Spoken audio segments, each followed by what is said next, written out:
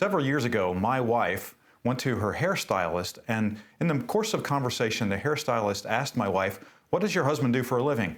When my wife replied that he's a professor of ethics, the hairstylist immediately said, and she was serious, "Oh, so he can do whatever he wants and justify it?" While this simple comment of my wife's hairdresser could be somewhat humorous, it's important for us to consider it at a deeper level, for I believe it captures much of the spirit of the age we live in, and it culturally explains how people think about morality and ethics as a whole. Really, the reason this is so important is because it raises for us what could be the most important question about ethics in our culture, and that is morality invented or is it discovered? Consider my wife's hairdresser, for example. She's assuming that there are no ultimate or unchanging rules of right and wrong that we are all beholden to for our good and for the good of the world. Indeed, she believes that morality is something that you just invent personally. Now, in contrast to this view of relativism, on the other hand, you have the opposite extreme of moralism. And that idea I find in many of my college and seminary students as they take my ethics classes, as well as many of the people I see in local churches across the country. Here you have well-meaning and eager people desiring to follow the Lord, but they begin to think about ethics largely as a system of rights and wrongs and rules, kind of like a glorified Sunday school session, in which all of the Christian life and our behavior is kind of boiled down to a system of legalism. If you will, it's almost as if we're living our Christian lives like a Nike commercial in which we need to just do it.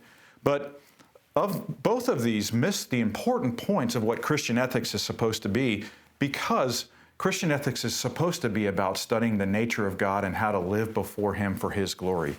You see, the relativist, the problem for this person is that when they argue that morality is invented, ethics becomes a little bit more than just preferences about a person's own point of view.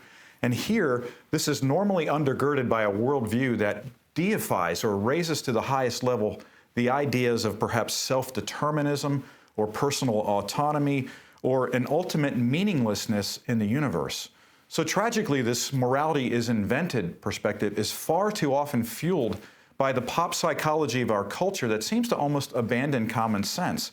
And that is that we should have tolerance for everything, that we have absolute tolerance for any kind of lifestyle, except, of course, for those lifestyles that argue that there is some kind of truth, some kind of good, some kind of evil, and there may be rules that God has placed in the world for us to live according to.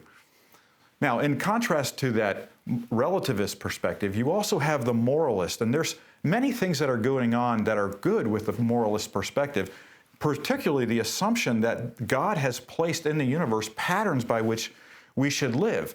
And that's a very good idea. But when the idea is underdeveloped and we don't have a proper perspective on God and His good design for the world, then human flourishing becomes something that's missed because we're too concerned about just following the rules. You see, when the understanding of the connection between God's character, human design, and the goodness of pursuing Him according to His rules is weak, then our morality shrinks to little more than a sense of something that makes us feel guilty.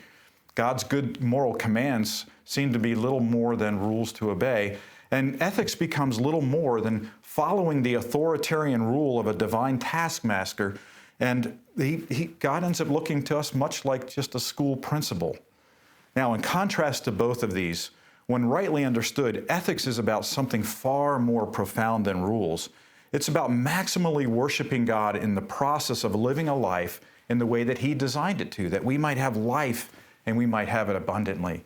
You see, ethics must be seen as giving God all the glory that He is due simply because He's God, but it also must be understood as His design for us to maximally flourish in His world according to His design, so that we embrace His rules and His principles and the things that He's told us about how to live, not merely because He's an authoritarian, but because He's good and because He loves us. This is really important for us to grasp as Christians, not only those who hold positions of leadership in the church, but really for anybody that holds positions of leadership anywhere in culture, because God desires that we would live our lives maximally before Him and shape the world for His glory and for our good. So Christian ethics then is meant to be a discovery. It's meant to be a discovery not merely of rules or of principles or of proper behavior standards, but it's meant to be a discovery of who God is and his stunning design for the world. Christian ethics, when rightly understood, is a discovery of God. It's a discovery of the one who graciously designed us and the one who graciously designed the world to function maximally as it lives and moves according to his design. It's a discovery of the one who came to live and to die and to rise again to make it possible that we might have abundant life on this planet. So the discipline of Christian ethics then is not primarily about choices. It's not primarily about acts or results or even about obeying a command. It's about God, and it's about us living maximally before him. So let me give you 5 reasons why it's important to study the discipline of Christian ethics. First, studying ethics is important because when you learn ethics, it helps us to answer life's most enduring questions. That is, how should I live my life? How should we as a society live together? Of course, these general questions can be broken down into more common ones we face every day. For example, how should I treat my friends? How should I treat my family? Should I respect those who are in authority over me? Why should I obey the speed limit? Can I cheat on my taxes if I can get away with it? You see, when properly understood, the discipline of ethics provides the means to address all of these questions that we face daily. These are the most enduring questions. But in addition to being the most enduring questions, a second reason to study ethics is that it helps us to answer life's most important questions. What is the meaning of life? How can I be happy? Do my choices relate to anything more than life on this earth? Do my moral decisions matter for eternity? How should the answers to these questions shape my life? And so when properly understood, the discipline of ethics depends first and foremost on the scriptures to give us guidance on how to answer life's most important questions. Now, a third reason to study is that in reality, everybody is already an ethicist. The problem is not everybody realizes that they are.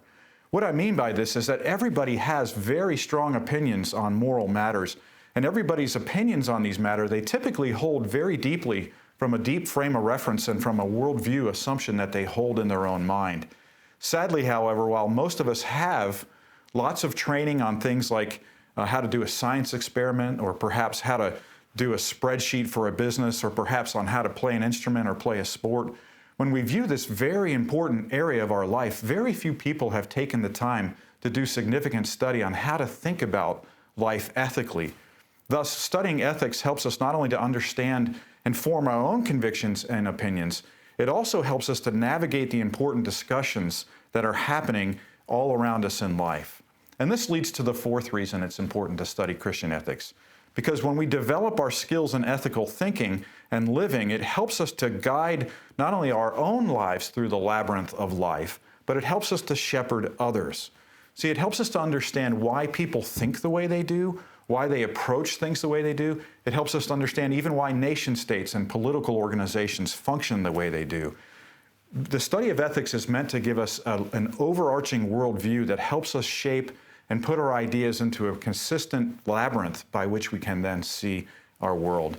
And so finally then, the fifth reason I would give you that it's important to study Christian ethics, it enables us to live a life that maximizes God's glory, and it does so in accord with the way He's created the universe, the moral guidelines He's placed within us, and in an anticipation of the ever-increasing life of joy with God that we'll have in eternity.